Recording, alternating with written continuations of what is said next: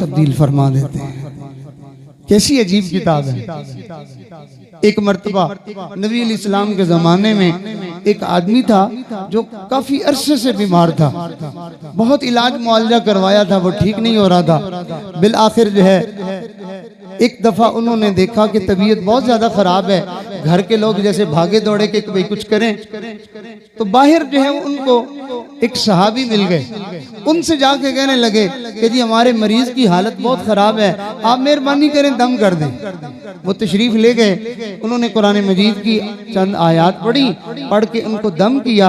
जैसे ही दम किया तो वो बीमार उसी वक्त सेहतयाब होकर उठ के बैठ गया।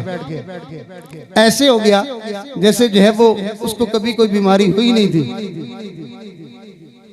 बिल्कुल सेहतमंद तंदुरुस्त बन गया। अब वो बातें और वो चर्चे हर तरफ हो गए। ये बात चलती चलती नबी इस्लाम की खिदमत में भी पहुंच गई। रुशि पड़ी,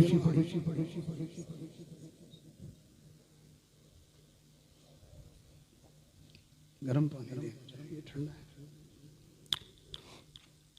तो नबी अलैहिस्सलाम ने पूछा कि मैंने इस तरह से सुना है कि तुमने किसी बीमार को दम किया और वो ठीक हो गया। उन्होंने अर्ज किया अल्लाह के नबी, हाँ मैंने दम किया है, वाकई आपने ठीक सुना है, मैंने दम किया है और अल्लाह ने उसको शिफा दे दी। नबी अलैहिस्सलाम ने इरशाद फरमाया, अच्छा तुम मुझे बताओ कि तुमने क्या पढ़ के दम किया, तुमने क्या पढ़ के दम किया?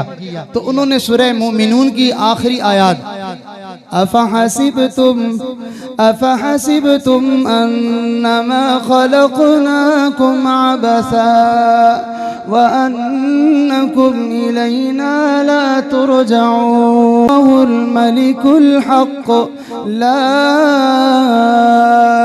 इलाहा इल्ला हु रब्बुल अर्शिल करीम वमन यदउ मअल्लाहि इलाहन आखर ला बुरहान लहू बिहि फइन्नमा हिसाबुहु इंद रब्बिहि इन्नहु ला युफ्लिहुल काफिरून वक़ुल रब्बिग़फिर वरहम व अंत खैरुर राहिमीन। अल्लाह के नबी मैंने ये पढ़ के दम लिया।